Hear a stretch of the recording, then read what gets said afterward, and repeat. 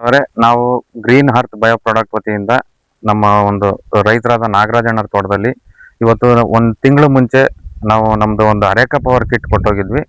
ಒಂದೇ ತಿಂಗಳಲ್ಲಿ ಅವ್ರದ್ದು ಏನು ಚೇಂಜಸ್ ಆಗಿದೆ ಅವರ ಒಂದು ಅನುಭವನ ನಾವು ಕೇಳ್ತಾ ಬರೋಣ. ನಮಸ್ಕಾರ ನಾಗರಾಜಣ್ಣರೇ.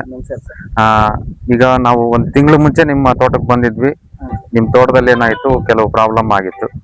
ಈಗೇನು ಬಸಿ ಬರ್ತಾ ಇದೆ, ಗಿಡ ಎಲ್ಲ ಒಣಗ್ತಾ ಇದೆ ಅಂತ ನೀವು ಟೆಸ್ಟಿಂಗ್ ಅಂತ ಹೇಳ್ಬಿಟ್ಟು ಒಂದ್ 2 ಕಿಟ್ ತಗೊಂಡ್ರಿ. 2 ಕಿಟ್ ತಗೊಂಡ್ರಿ. ಅದರಿಂದ ನಿಮಗೆ ಏನೇನಾಯ್ತು? ನಿಮ್ಮ ಒಂದ್ ತಿಂಗಳಿಂದ ಕೊಟ್ಟಿದ್ರು ಸರ್, ಕೊಟ್ಟಿದ್ರು. ಕೊಟ್ಮೇಲೆ ನಮ್ ತೋಟ ಬದಲಾವಣೆ ಆಗಿದೆ. ಒಂದು 50% ಬದಲಾವಣೆ ಆಗಿದೆ. ಇನ್ನೂ ಒಂದ್ ತಿಂಗಳು ನೋಡ್ಬೇಕು ಅಂತಿದಾರೆ. ನೋಡಿದ್ಮೇಲೆ ಗೊತ್ತಾಗತ್ತೆ. ಈಗಂತೂ ರಿಸಲ್ಟ್ ಬಂದಿದೆ. ಮೊದ್ಲು ಪೂರಾ ತೋಟ ಒಣಗಿಸ್ಕೊಂಡ ಕಾಣೋದು, ಈಗ ಒಂದ್ ಸ್ವಲ್ಪ ಎಲ್ಲ ಹಚ್ಚ ಹಸಿರಾಗಿದೆ ತೋಟ. ಮುಂದೆ ಇಳುವರಿ ಅದ್ರ ಬಗ್ಗೆ ನೋಡೋಣ ಮುಂದೆ. ಅದು ಇಳುವರಿಗೆಲ್ಲ ನಾವು ಮತ್ತೆ ಎಕ್ಸ್ಟ್ರಾ ಮಾಡ್ಬೇಕಾಗತ್ತೆ. ಏನೋ ನಾವೇನು 4 ತಿಂಗಳಿಗೊಮ್ಮೆ ಹೇಳಿದ್ವಿ, ಅದನ್ನ ನೀವು ಫಾಲೋಅಪ್ ಮಾಡ್ತಾ ಬರ್ರಿ. ನೆಕ್ಸ್ಟ್ ಇಯರ್ ಅಲ್ಲಿ ನಿಮಗೆ ಚೆನ್ನಾಗಿ ಆಗ್ತಾ ಬರುತ್ತೆ. ಈ ಏರಿಯಾ ಇಲ್ಲ, ಗಿಡ ಬಹಳ ಇದಾಗಿತ್ತು. ಈಗ ಹಾಕಿರೋದ್ರಿಂದ ಬಹಳ ಅನುಕೂಲ ಆಗೈತೆ.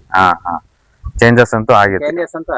ಜಸ್ಟ್ ಒಂದೇ ತಿಂಗಳ ತನ ಆಗಿರೋದು. ಜಸ್ಟ್ ಒಂದೇ ತಿಂಗಳಿಗೆ ಬದಲಾವಣೆ ಆಗಿತ್ತು. ಈಗ ನಿಮ್ದು ಇನ್ನೊಂದು ತೋಟದ್ದು ಒಂದು ವಿಚಾರ ಇಟ್ಕೊಂಡು ಇನ್ನೊಂದು ತೋಟನು ಸ್ವಲ್ಪ ಆಗಿದೆ, ನೋಡೋಣ ಅಂತ ಹೇಳಿ ಕಳ್ಸಿದ್ರಿ. ನಾವು ನೋಡ್ಬಿಟ್ಟು ಒಂದು ಚೆನ್ನಾಗಿ ಆಗಿರೋದ್ರಿಂದ ಒಂದು ವಿಡಿಯೋನು ಮಾಡೋಣ ಅಂತ ನಾವು ಮಾಡ್ತಾ ಇದ್ದೀವಿ. ಹೌದಾ? ಈಗ ಒಳ್ಳೇದಾಗೇ ಆಗತ್ತೆ.